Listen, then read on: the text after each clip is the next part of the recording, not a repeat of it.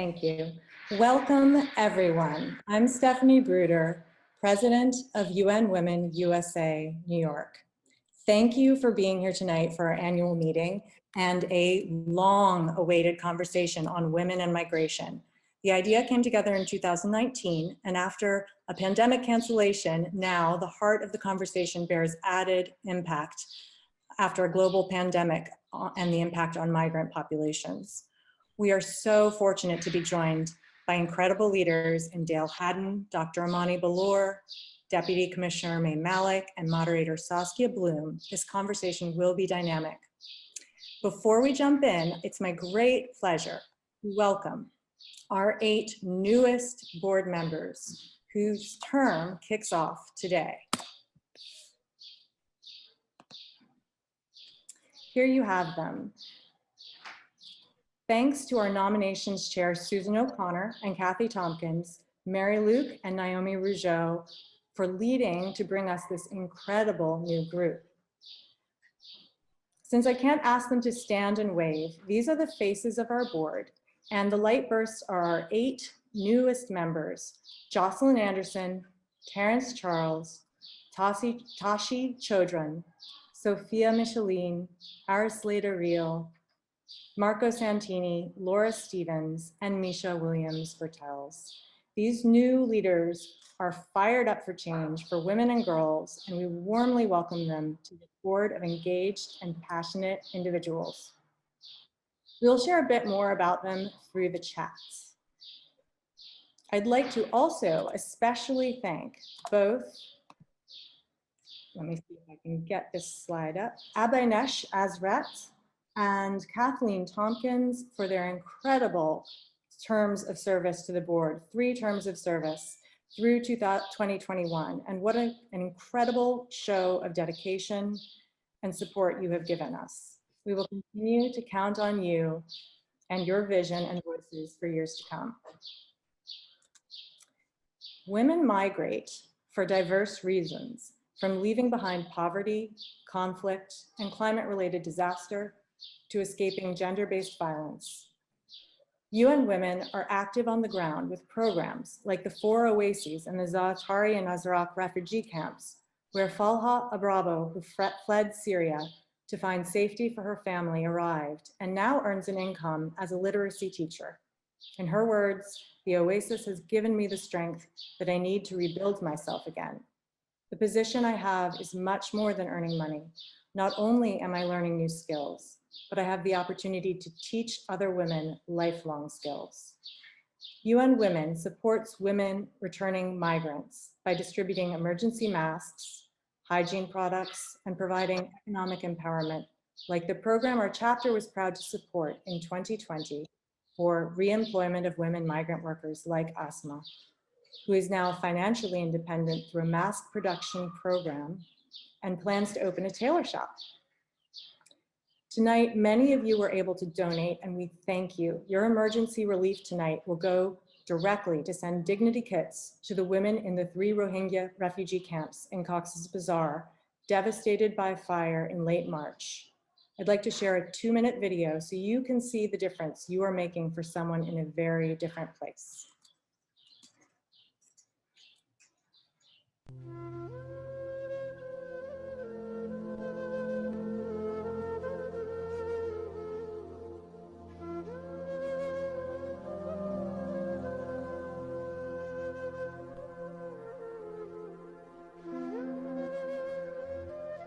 এটা যত মধ্যে ফুরি গিয়ে আর আসি আই সাইডে এটা গদর বেশি ফুরি গিয়ে আর মায়া হয় কাল গাছ সারা তা সারা গিয়ে ফুয়ানশন বেশি বেশি আজ গিয়ে গো মানে হতো সারগো ফুয়াছে তিননা ফুয়া আজ গিয়ে তিননা ফুয়া ইনার খবর বাত্রি না পার ইয়ার পরে যাইর আর এমএসএফ হসপিটাল কলিং আছে ইয়ান ফুরি গিয়ে তুর্কি ডাটাখানা আছে ইয়ান ফুরি গিয়ে আইমু ডাটাখানা আছে ইয়ান ফুরি গিয়ে আর সার্ভিস সকল যেদিন আছে এই বেগিন ফুরি গিয়ে ইতারা তো কি জরুরত এন হলে হন ইতারা মায়া হয় না কিন্তু মাসিক পেট নাই আর হন যাই অবজার্ভ বুঝিদে ইতারা তো পেট নাই ইতারা আল্লাহ লম্বর পেট আর গুড়া হয় যে তারা ইতারা তো হর নাই এনজিও সার্ভিস দে খানা দেয় পানি দেয় ইতারা ফিনিবাল্লা হন নদীর হন নাই ইতারা তো আর ইতারা তো বিছাই বললাই নেড়ি বললা বালিশ নাই বিছাই বললা খাড়ি নাই Ara era saida ozaguri saida bishishan maya phone call trainer maya phone call itara health alla hodjadian no sinir health itara to health important hoye ara hodja indian no sinir ara jaira ara volunteer kole jay ara officer kole giye jay pade ara hoide folona jaga jaile তোমারা PhD মাঝে যাইলে health alla তোমারা পাইবা আর হানা নাফার পানি নাফার ara hoide WP ওয়াল মেশিনের মাঝে যাইলে এড়ে যাইলে তোমরা খানা পাইবা আর জিবিবি রিলেটেড যেগিন আছে ইনারা আরা হড়ে গজি প্রোটেকশন প্রকল্প ইনারা আরা ইনারে রিফার গজি বেশিটা ফুজে দে 35 জন মানুষ ফুজে বেশিটা প্রেগন্যান্ট ওমেন 5 জন প্রেগন্যান্ট ওমেন আছে যায়রা আরা বেশিটা অজাগ গজি দে গুরা মানে কল ফুরি গিয় মায়া ফান ফুজে বুড়া মানুষ ফুজে ইন হড়ে লেফটিনার গুতারা ফুজে নানান ধরনের জায়গা ফুরি গিয়ে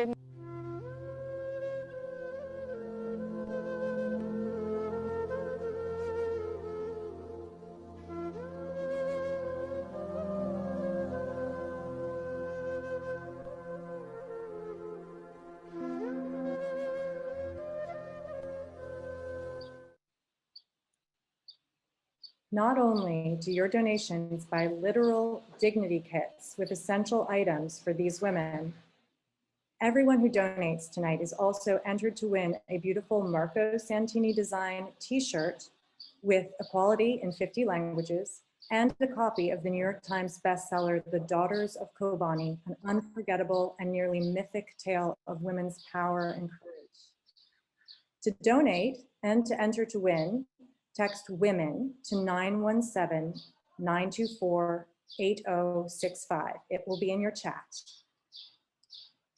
And now I am so honored to introduce these incredible women to share their experiences and their stories. Dayle Haddon is the founder of WomenOne, a charity focused on the education of girls and women. As a UNICEF ambassador, she has traveled to refugee camps in Darfur, to earthquake-stricken Haiti, and to mountain schools in Bolivia to distribute supplies. She has interviewed doctors on medical challenges in Angola and traveled to rebel territories in the Democratic Republic of Congo to support rape victims. WomenOne built the first all-girl high school in one of the poorest parts of Kenya, where girls face female genital mutilation, arranged marriage, and poverty. Students now aim to become pilots, doctors, and child's rights lawyers. Dayle's efforts are now focused on a Turkish-Syrian peace center on the border. Dr. Amani Ballour is a Syrian-born pediatrician and advocate who ran an underground field hospital within a cave in her hometown of Eastern Ghouta near Damascus. It is estimated that from 2016 to 2018, Ballour saved thousands of people who were critically injured by airstrikes and chemical weapon attacks. Dr. Ballour has been awarded the Council of Europe's Raoul Wallenberg Prize for her treating victims of Syrian bombings. She is the subject of the Oscar-nominated documentary, The Cave. May Malik serves as the Deputy Commissioner at the Mayor's Office of Immigrant Affairs, where she leads communications, intergovernmental affairs, outreach, and organizing.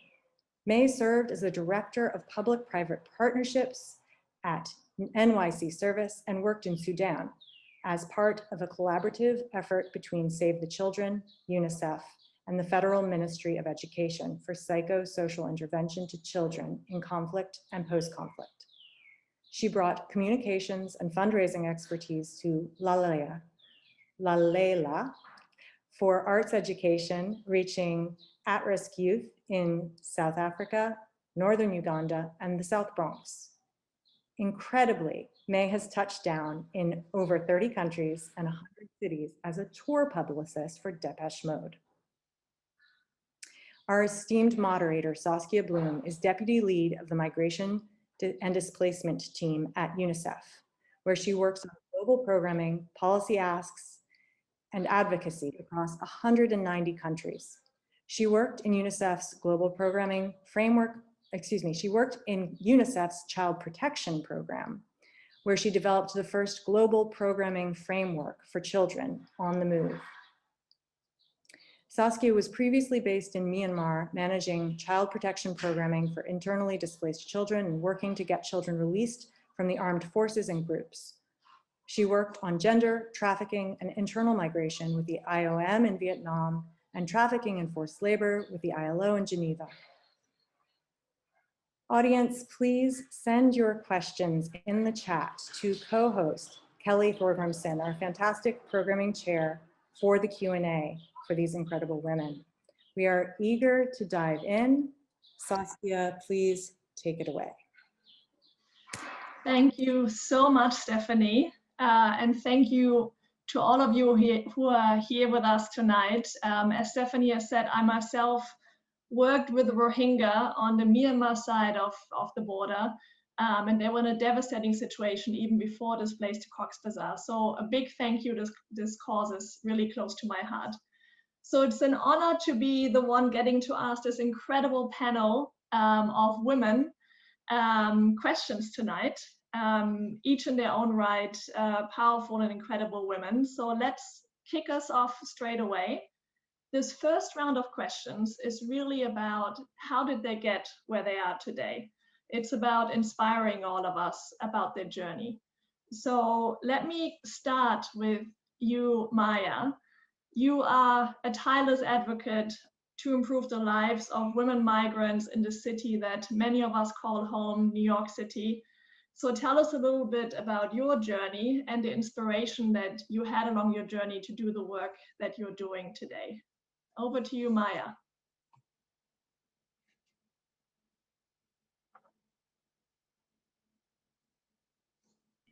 Hi, okay, there. Thank you so much. Just a quick correction, it's May. Not a problem at all. We do have lots of Mayas in this world, but thank you, Saskia, and thank you, Stephanie, for that incredible introduction. Thank you to Kelly and the rest of the UN Women team for organizing this very important conversation and for having me. It's an honor to participate along the likes of Dr. Ballour and Dayle, like truly a privilege. Before I begin, it hit me as you ushered in your new class of board members that you're all volunteers. Board service is the ultimate form of that. And I want to thank you for your service. When I first joined the world of public service in New York City, around 5.5, 6 years ago, my work actually focused primarily on increasing service across the city and volunteerism, specifically skills-based volunteering and corporate volunteering broadly. So it was really incredible to see people, putting purpose in their life and prioritizing the time, which is valuable, and the commitment to, advancing the mission of an organization that is near or dear to them. As I said, board service is the highest form of volunteering, and it's because of the value of the time that you're putting in, the value of the skills that you're contributing. I see in the chat a bunch of you are bringing in a ton of different high-level expertise, and that's a value, there's a value to that, not to mention the value of your passion. So I just wanted to acknowledge that and thank you all and congratulate you all. As for my story, just a little bit about me. I'm an immigrant New Yorker. That's first off. I was born in Sudan. I was raised in California, and I came to New York City around 11 years ago. And in between California and New York, as Stephanie shared, I had the opportunity to work in over 30 countries, stints in the private sector, as well as a stint in the international development sector. So I have a very global affairs background. But in terms of, the question, how did I get to this point? I think, like a lot of immigrants, I owe it to my family, right? My parents made some pretty significant sacrifices to leave a country that the only country that they ever knew, leave their family and friends behind in order to come to America in pursuit of the American dream.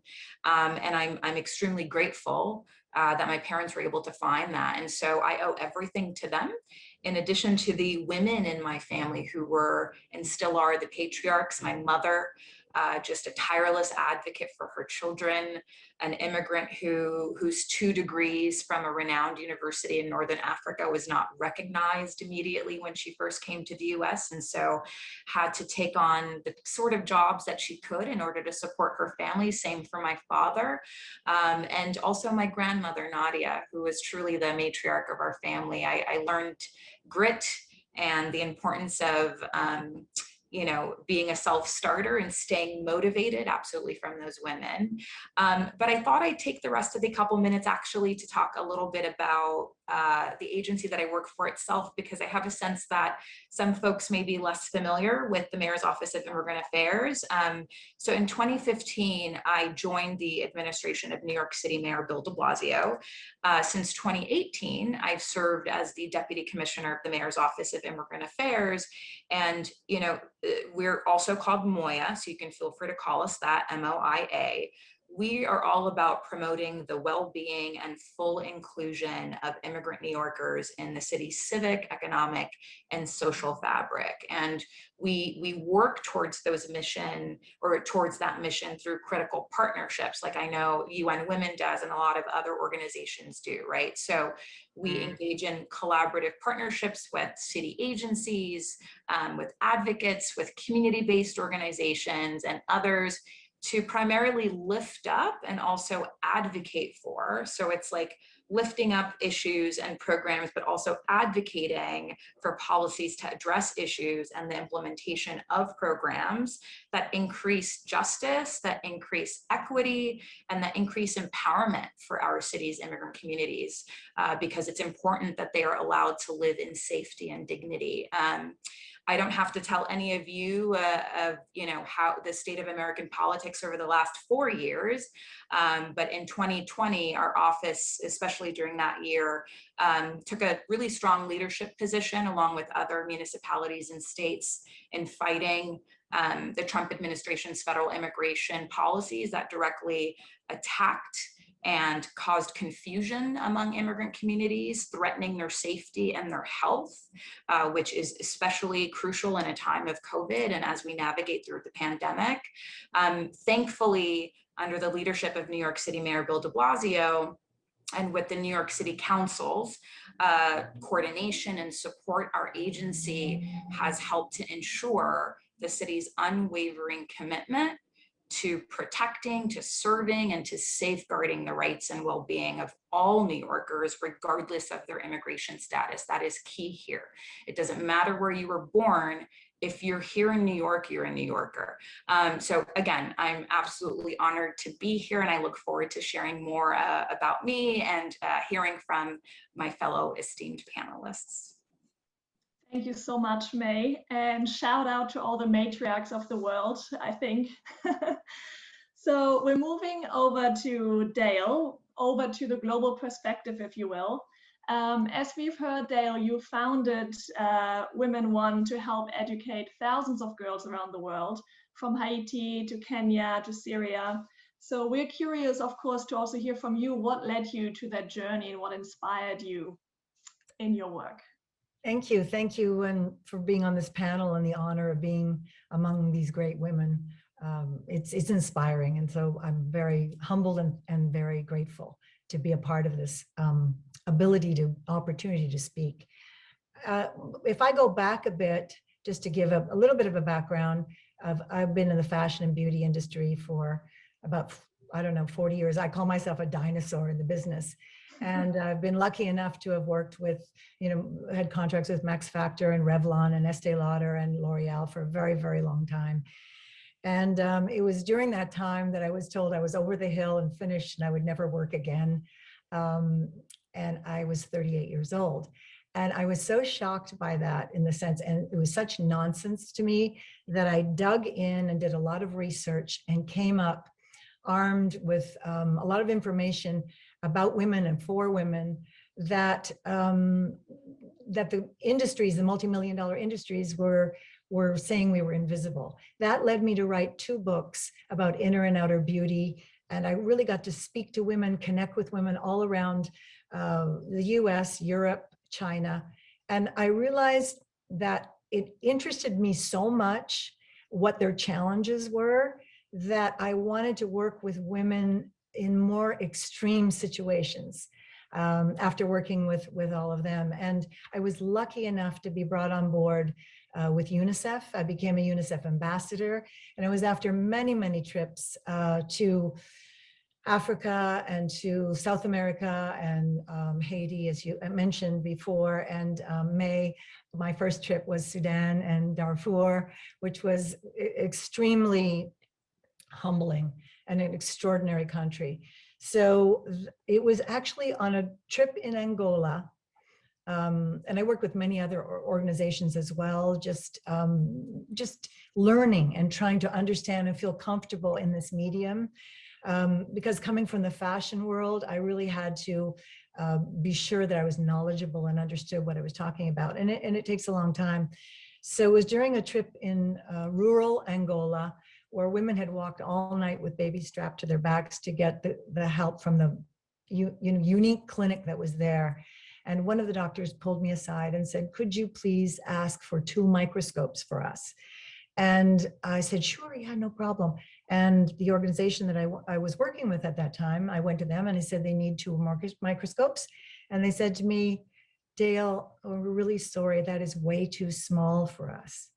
And it was like a light bulb went off. And I thought, oh my goodness, this is not too small for those, those people that walked all night, those women that needed it. And yet a smaller organization could be more nimble and work with the larger organizations to accomplish this. So I saw a completion we could do, and that was the birth of the idea of WomenOne. And UNICEF does incredible things, and I witnessed what they do: vaccines, water, food, shelter, everything. But for me, what I zeroed in on was the game changer I felt for girls, and especially that 12, 13-year age where a girl can be either sold off, married off, or brought back into the home to work, was education. With education, she could change herself, her community, her family, and the world at large. So that's why I focused on quality secondary education for girls. And we're drilling down actually in Kenya, Nanyuki, Kenya. We've been all over 8 different countries, but Nanyuki is where we're really drilling down now. Fantastic. Thank you so much, Dayle, for all your work with your own organization and supporting UN Women and having supported UNICEF as well. I will turn over now to Dr. Ballour. We're extremely excited to have you here with us tonight because your story is really one of incredible bravery and defiance. First, you became a doctor against your family's wishes. And then when your area in Syria was bombed relentlessly, you moved underground to manage a hospital underground. So this is obviously the topic of the movie that I would all recommend you to watch as well. So give us also an idea of your journey and also to where you are today.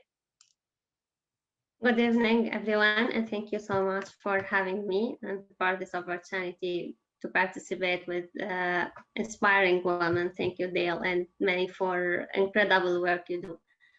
Actually, when the Syrian revolution started, I was a student. I was in 5th year in Faculty of Medicine, and I was dreaming to be a doctor and to be a pediatrician because I like children.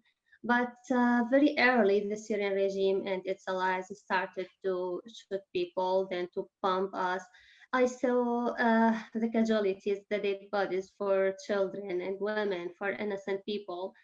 So immediately I decided that I have to help these people. I wanted to be a doctor to help them. So it's what they need now. I started working in emergency rooms, and very early Assad regime started to bomb hospitals, and that's why we tried to find the safe places for the medical staff and for the patients. That's why we started working underground.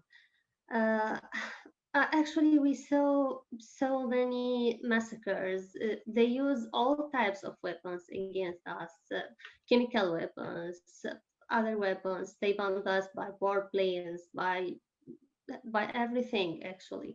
And they besieged my area, which is next to Damascus, and prevent food and medicine, medical supplies. So we saw many children and people died because lack of food, because lack of medicine. We started working in the hospital. We did our best to help the people, to do everything we could in such very bad circumstances. And after that, I worked about 4 years in this underground hospital. It became a big and central hospital. It's all underground, but we expanded it underground. We make tunnels. And I decided, actually, my colleagues suggest to me to be the manager of the hospital. Only few colleagues, because we are in conservative community and they don't like to see women in any position. That's why I faced some criticism and heard some men say we don't want women. That's why I decided to manage the hospital, to do this, because I wanted to challenge these people who said we don't want you because you are women. I wanted to approve that women can. I decided to be the manager because I think that I can. And I wanted to encourage other women, other young girls in my community, and tell them that you can do that. You can do what you want to do. Don't hear these voices which always criticize and do nothing. That's why I managed the hospital for about 2 years, between 2016 till 2018. After that, Russia and Assad regime make very brutal campaign against Ghouta, and they forced us to leave. Actually, it's very long story, and I will not talk about details. But it was very hard time when we had to leave and let everything behind. Every work we did, the hospital we built, and all the work we tried. We tried to save all the people, to make everything we can. We left, and I left to north of Syria first. I worked for about 3 months there, and then I went to Turkey. I got married in Turkey. And now I'm in Germany. I'm studying the language, and I established a fund in partnership with King Godwin Foundation in Belgium. This fund aimed to help women and young girls also in conflict zone. We'll start in northwest Syria and in neighboring countries also, where there was a lot of camps.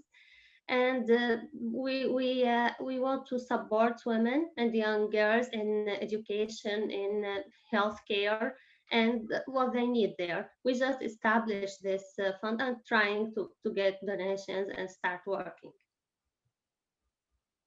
Fantastic. Thank you so much, Dr. Ballour. I mean, you saved thousands of children and, of course, also adults in your work.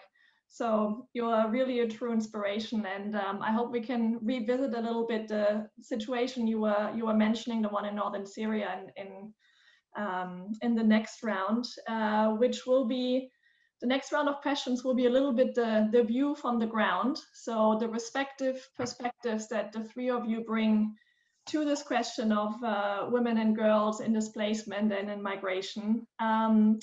So I'll start off again with you, May. A few steps from New York City. So I read that 1 in 4 New York State residents are immigrants. Of these, 15% are undocumented, and 28,000 are DACA recipients. And so would be, given this diverse group and obviously really important group for the city, would be interesting to hear what are some of the challenges specifically for women and girl migrants, and how does the city address their needs, and maybe also with a view to last year, the pandemic impact. Over to you. I think you're still on mute. Somebody can help May out. Thank you. I appreciate that. That was my fault last time. Sorry.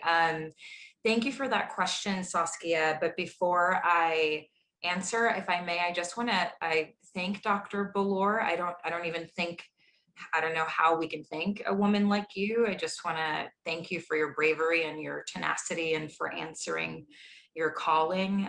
It's just such an honor. So just to, for the sake of my response and, giving the grounding it in New York City, I'm going to use the term immigrants instead of migrants, because we are the Mayor's Office of Immigrant Affairs. We're home to 3 million immigrants. There's 8.6 million New Yorkers, and 3 million of them call this great city home. And so that's about 36% of the population. And in fact, immigrants make up nearly half the city's workforce.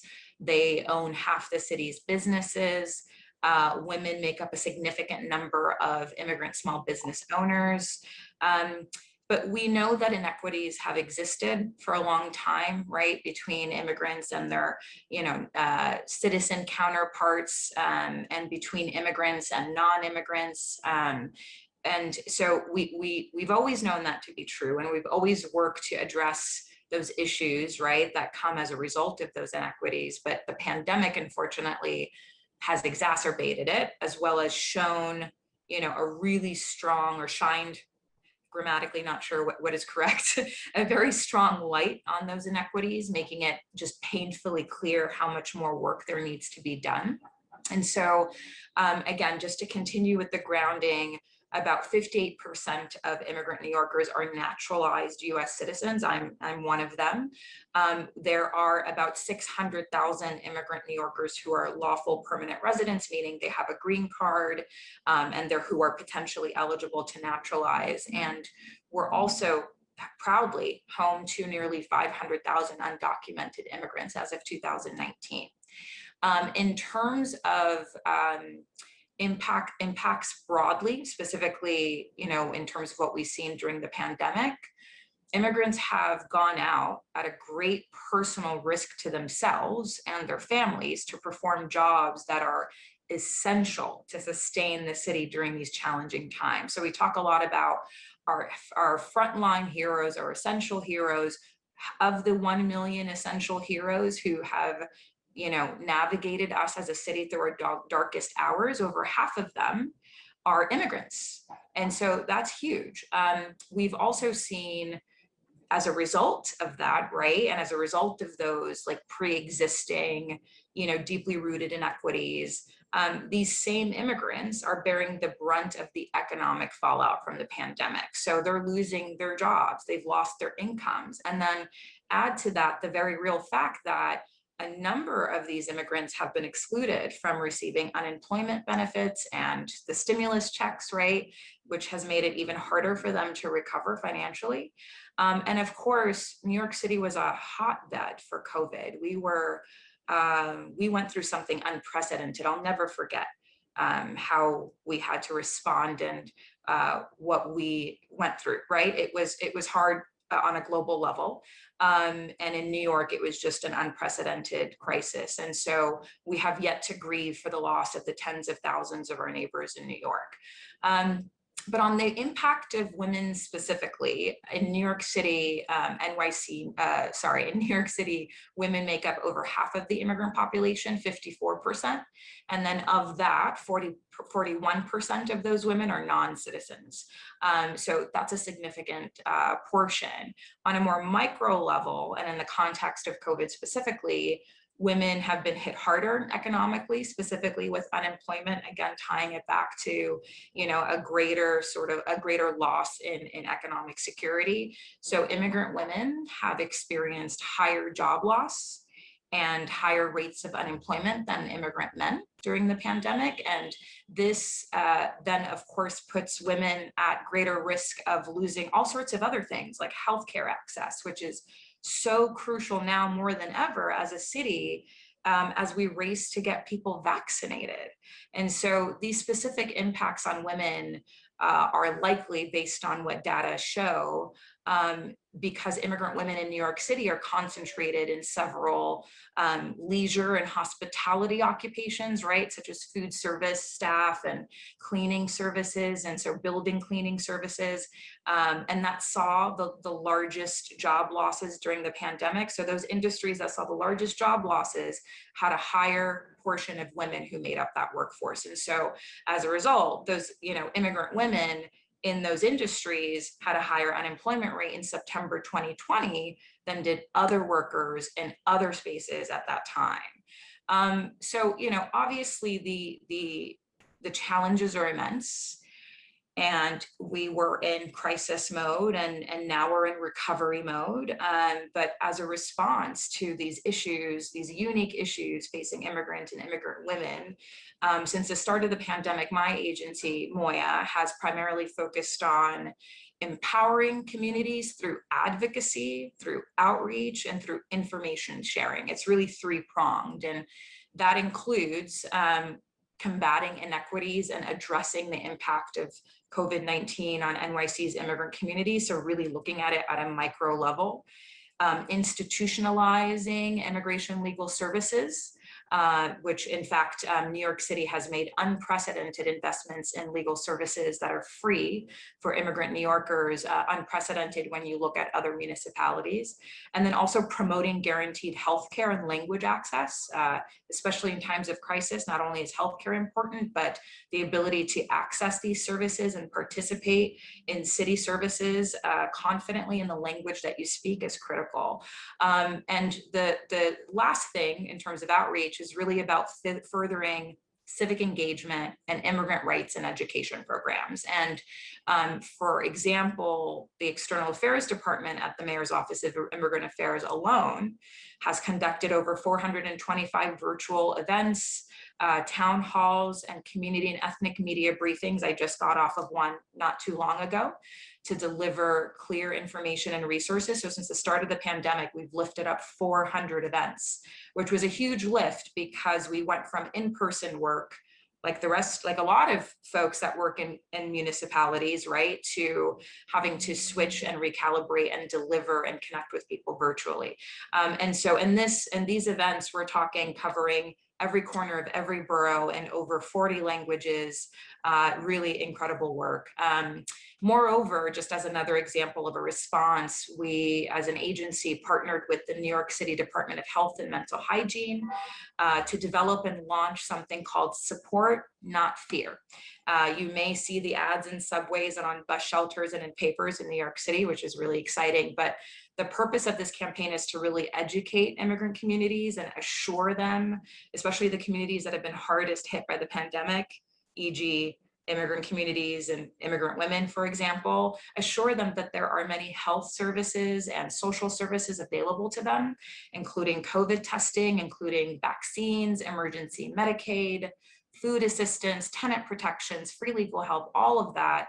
That's all available to immigrant New Yorkers, regardless of their immigration status or their ability to pay or their employment status. And so that was a huge priority, as well as countering a lot of misinformation that tends to breed in times of crisis and not enough information is trickling in. And so that was a huge lift.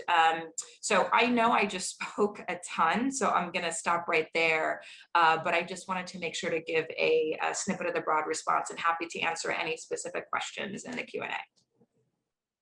Thank you, May. And also thank you for reminding us the crucial role that the immigrants really, New York City would have come to a standstill without them. And I think that is important to keep in mind, and also to really emphasize in the work that you're doing, the empowerment element is so key. So thank you for that. Dayle, in your work around the world, we're going to a bit more of a global view now. You've seen many different contexts, women and girls living in refugee camps and other contexts. Maybe what was one of the surprising things? What is something you've learned that you did not expect, or something you observed that we might not immediately consider as being one of the needs, or one of the features of lives of women and girls in those situations? That's a great question, Saskia. Yes, often we we only think in those situations, women and girls coming from disasters or migrant women and girls, about their physical health. And we think about how, they need food and shelter and health services, and all of that is very, very important. But another, I think, very surprising and maybe very powerful need is emotional well-being, emotional support. And I feel that when you're focusing on education for these girls and these women, what you're giving them is stability. You're giving them, you're stabilizing their life, and they're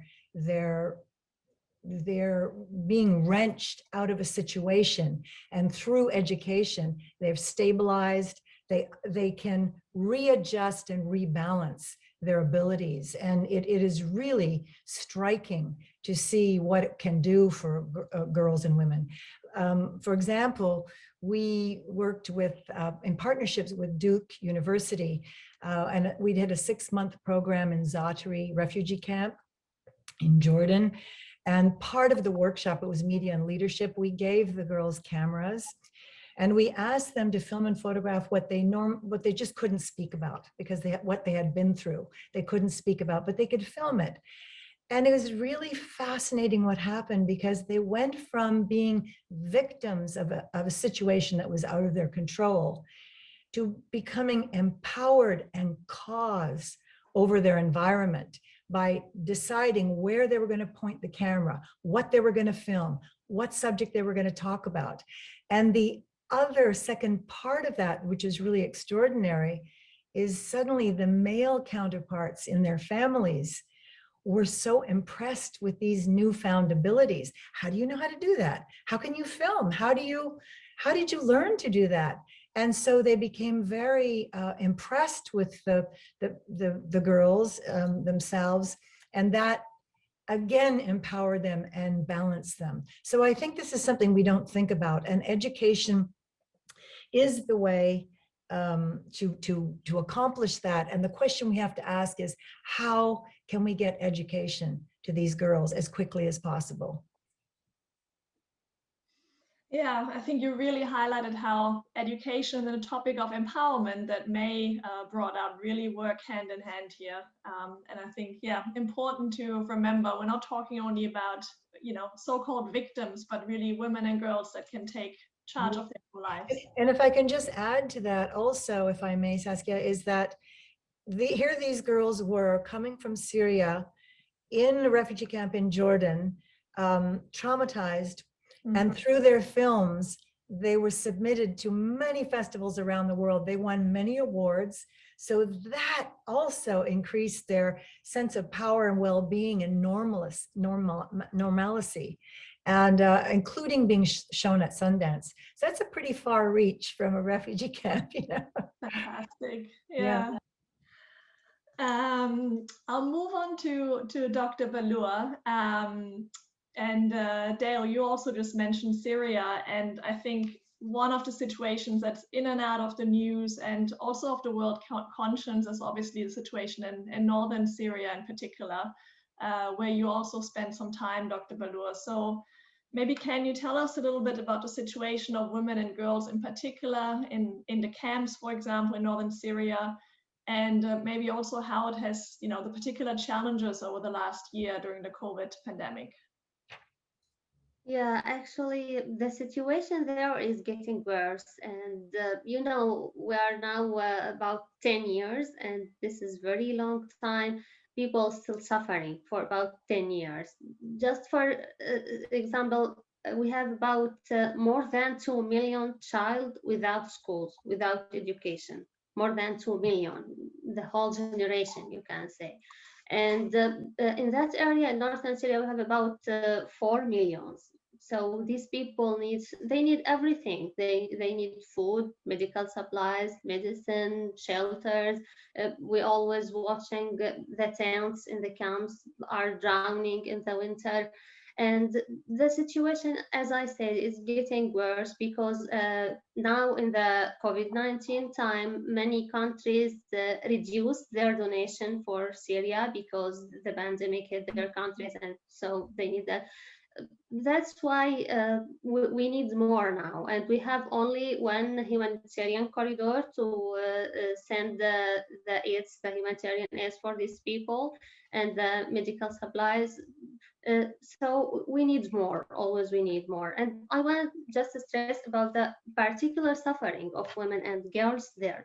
They are most at risk to of human rights violations, including sexual and gender violence. They are most likely not to face their needs met, like essential needs, like hygiene, like shelters, physical and mental health care, and basic education.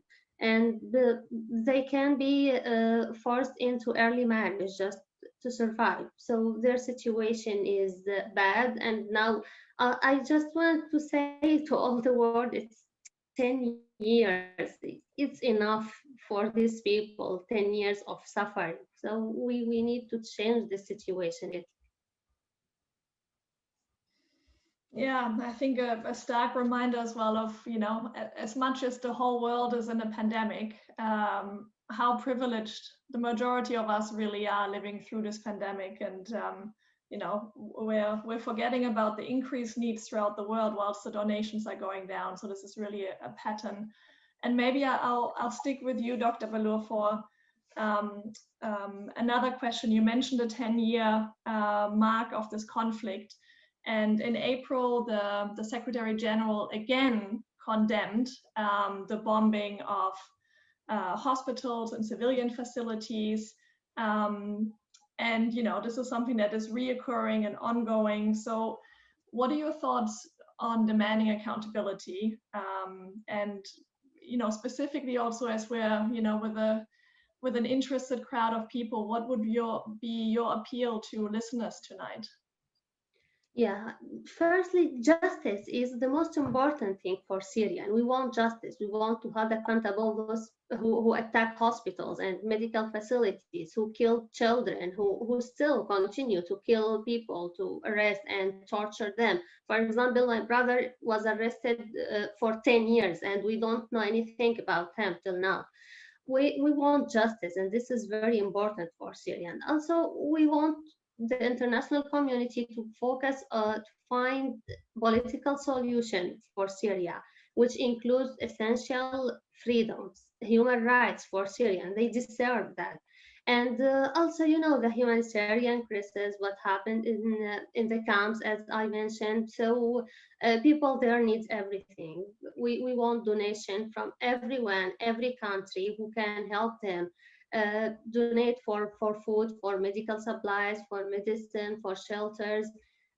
You know, only with solidarity and sharing humanity, we can get rid of this bad situation, and we can make the world a better place to live in. Dr. Ballour, I'm sorry to hear about your brother, and I think we hear you loud and clear on the appeal to solidarity and all the ongoing needs that are happening. So thank you once again for all the work that you keep on doing, and you keep on keeping it in everyone's conscience, the situation that is obviously ongoing in Syria.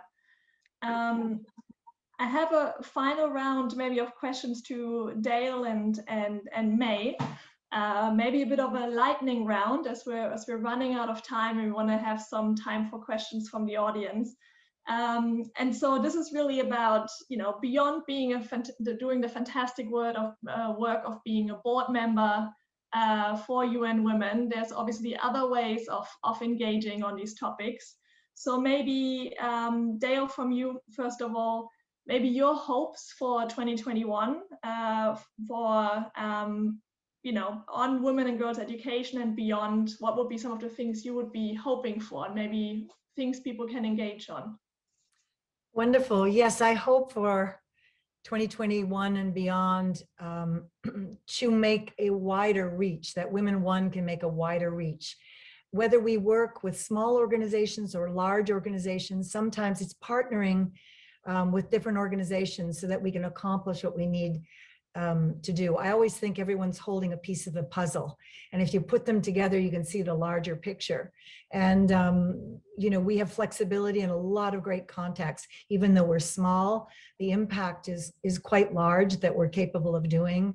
And we're kind of the little train that could, because we convinced a lot of really kind of powerful people to get behind these kinds of issues. It's important. And all my contacts in the, you know, in the fashion and beauty and all of those things are really important as they come on board. They're very, very helpful. So we hope to make, you know, a wider reach for education with WomenOne, more girls. We're focused on hard to reach girls, the girls that slip through the cracks, and create quality education for those girls.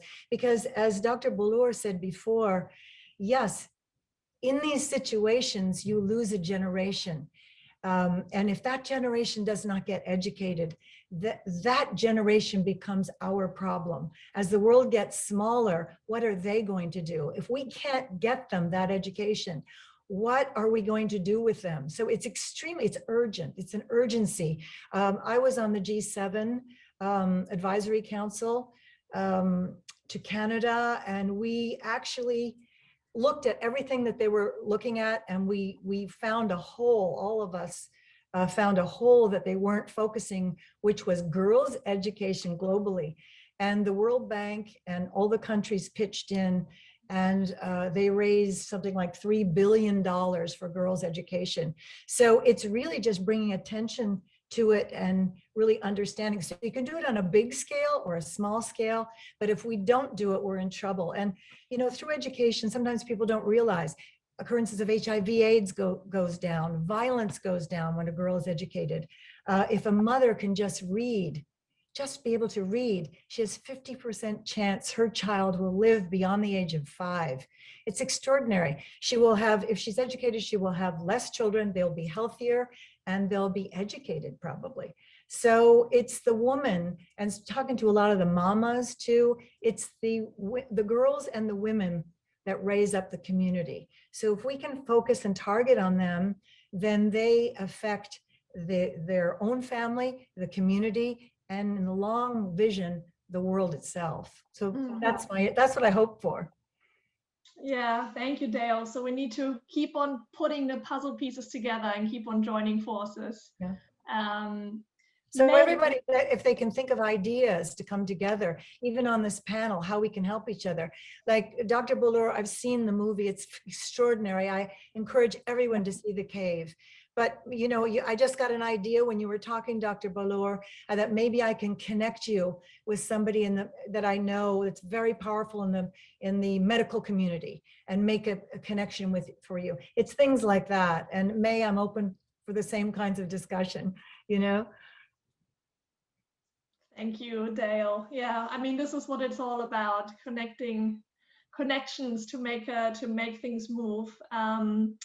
Yeah, can I just add one more? We are a we.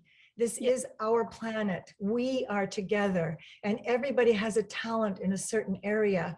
And if we can, instead of trying to edge out other people, it's a big enough pie that everybody can make a piece. Just do your part. Whatever your part is, small or large, just do your part and come together and try to be creative about ideas of how we can creatively solve some of these terrifying problems. I cannot imagine 10 years, Dr. Ballour, of this kind of suffering. And the film that you showed at the top, Stephanie, of the show, I had goosebumps and kind of tears in my eyes, because it's not right. And we live in a privileged society where we have to do something. Yes, yes. Yes, there's enough work for all of us, and we're all working towards the common goal, right? To make it better. Maybe May, as the last but not least, what are some ideas for people on the panel and outside? I mean, on the panel, I mean, in today's discussion and outside, to make a difference, maybe in New York City, but also beyond. What are some of the options for people to get involved? Sure. I feel a sneeze coming on. I warn you in case I sneeze during the middle of my talk. Very quickly, and I apologize. I realize that you probably won't have enough time for QA. I'm happy to, anybody who put in a question for me, happy to respond to it another time. I can share my contact details. We could email. But I also just want to quickly say, sorry, I can't agree more on education. Everything that Dr. Ballour and Dayle just said, education is not only a tool to, enhance your likelihood to, gain economic sufficiency and independence, but it's a tool for eradicating the rudiments that lead to war and conflict. It's a tool for peace. So in terms of Moya, a great way to stay in touch with us and to be involved is to follow us on social media. It's at NYC Immigrants on Twitter, on Facebook, on Instagram, on LinkedIn. You could let your New York friends know that Moya is available as a resource to immigrants who, we have a hotline that folks can reach out to anytime. If you have questions about resources that are available to immigrant New Yorkers, that number is 212-788-7654. And then you could also email us at askmoya, ASKMOIA, at cityhall, one word, .nyc.gov. And then finally, if there's an immigrant in the room, or if you know somebody who might need of this service, we run a city-funded legal action hotline. It's called Action NYC, entirely funded by the city. It's free and confidential, and services are available in over 200 languages. So if you are an immigrant or know an immigrant who has a question about an application, needs assistance, green card, visas, and needs to connect with a lawyer that is sound, because immigration fraud is rampant, unfortunately, you can give us a call. You just call 311 and say Action NYC. And then my friends at UN Women, I encourage happy for you to share my contact information in case anyone would like to have a chat and learn a little bit more about Moya and possibly see how we can partner together. Thank you so much to all three of you. And I think we end on the typical New York City siren background noise. We are in the city. No, thank you all. And I'll hand it back over to, I think, Kelly or Stephanie. Yeah, perfect. Thank you, Saskia. And thank you so much, everyone. Thank you for attending, to everyone. Special thank you to our panelists for such an enlightening conversation. I'm going to try to squeeze in a few questions from the Q&A that came in. So bear with me. So we had one for Dr. Ballour, which is, how can we directly donate to you and your cause, or to Syria? Is there a chosen, or is there a specific place that you would accept donations? Yeah, if you mean for my fund, it's called Al-Amal Fund, which means hope in English. You can find it. It's under the King Baudouin Foundation name. I don't know if I can share the link. And for Syria also, there's many NGOs working on Syria, and you can donate for the medical and educational organizations and the UN bodies as well. They are supporting in Syria. Great, thank you. And we'll be sure to share that link with everyone as well. Thanks, Dr. Ballour. Next question was actually for our moderator, Saskia. Saskia, your background is very impressive. Most of your career has been dedicated to work in the migration field, with a good chunk of this time spent at UNICEF. Can you talk about some of the challenges or obstacles that you still face in this field? Oh, that's an interesting question. I think that the challenges and obstacle, I mean, if I sum it up in one, because obviously with UNICEF, we're focusing on children's rights. And internationally, the Convention on the Rights of the Child, which is, what UNICEF is the custodian of, says that all children have the same rights. All children in a country have the same right to education, the same right to healthcare, but the reality is a different one. So we're still making distinction based on origin, although all children have the same rights. So I think that is the fundamental obstacle to overcome, that mindset of seeing children differently. Yeah, thank you. This next question is posed to anyone who would like to answer this one. This person wrote in, they're thinking about what is currently happening in Afghanistan. Much has been invested effectively in the education of girls and women. Is there anything that can be done to see this progress continuing following the withdrawal that is currently happening of US troops? It's a tough one.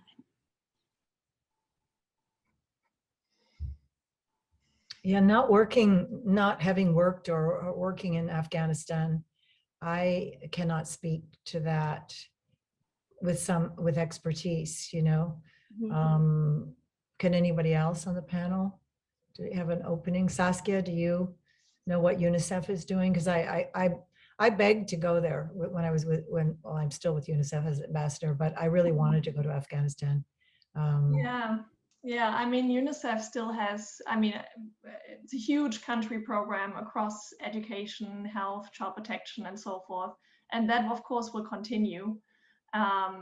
Even under changed circumstances. I mean, UNICEF has been in the country for decades, and that will continue. You know, it obviously with a changed political situation, it will be much more dangerous for women and girls to pursue education. I think if we're honest with ourselves, so we will have to adjust to that reality and keep on trying to deliver education. Yeah, definitely. Thank you for answering that. And the last question that we'll squeeze in very quickly. Again, this is open to anyone. Apart from making donations, how can the average person make an impact?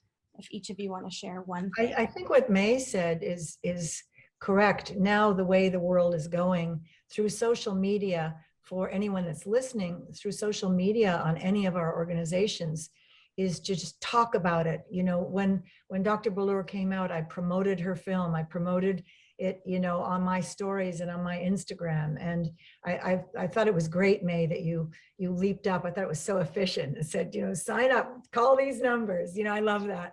I think all of our social media, mine is, you know, Dayle Haddon on Instagram, and WomenOne on Instagram and Twitter and Facebook. And I'm sure Dr. Ballour, I know you're on Instagram because I keep citing you on Instagram. I think all of us are, right? So anyone that's interested in any of the work we're doing, at least, you know, come on board. And as May so generously, you know, offered that, yes, if you want a direct question and DM and stuff, I'm open too. I'd be glad to answer questions directly and stay in touch and see what we're doing. Anybody else? I think we might be at time. Is that right, Kelly? We are at time. Yes.